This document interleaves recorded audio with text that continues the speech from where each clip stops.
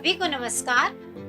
बच्चों, हम एक कहानी पढ़ने वाले हैं जिसका शीर्षक है जादू टूटता है। जादू से आप क्या समझते हैं बच्चों? आब्राकाडाब्रा, गिली गिली गिली गिली छू, कुछ ऐसा ही ना।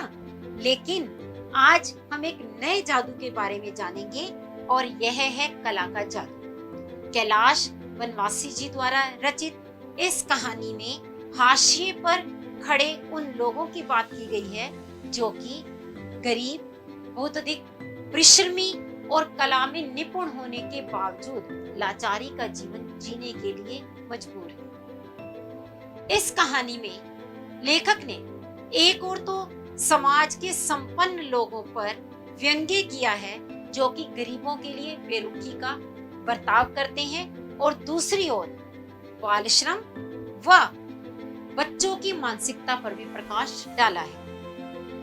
यह कहानी लक्ष्मण सिंह नाम के एक कलाकार से संबंधित है जो कि छोटे से गांव के अलग अलग विद्यालयों में जाकर अपनी कला का प्रदर्शन करता है और बदले में बहुत थोड़ी धनराशि प्राप्त होने पर उसी में ही अपने परिवार का पालन करने के लिए मजबूर है। लेखक ने इस कहानी में स्वयं को भी एक पात्र के रूप में दर्शाया है जो कि एक विद्यालय में अध्यापक है और प्रिंसिपल के कमरे में चेक साइन कराने के लिए खड़ा है। तभी वहां 35-40 वर्ष की आयु का एक कलाकार लक्ष्मण सिंह आता है जो कि प्रिंसिपल से बच्चों के सामने अपना खेल दिखाने की अनुमति मांगता है। अनुमति मिलने पर वह बहुत अधिक कृतज्ञता का भाव प्रदर्शित करता है। अगले दिन नियत समय पर वह अपनी पत्नी व 3 बच्चों के साथ वहां पहुंच जाता है और अपना खेल दिखाना शुरू कर देता है।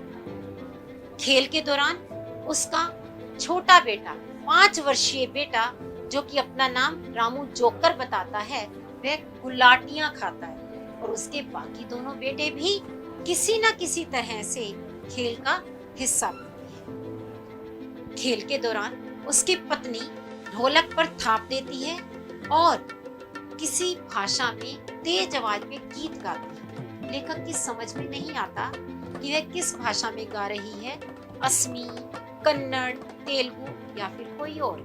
लक्ष्मण सिंह रस्सी की मजबूत गांठ को खोलने, काठ की चिड़िया को उड़ाने और अपने पुत्र की छाती पर ट्यूबे तोड़ने व एक मोटी लोहे की रोड को अपनी गर्दन की हड्डी से मोड़ने का करतब दिखाता है, जिसे देखकर वहां उपस्थित सभी लोग दांतों तले उंगली दबा लेते हैं और जोर जोर से तालियां बजाते हुए उसकी कला के जादू में खो जाते हैं। खेल खत्म, जादू टूटता है।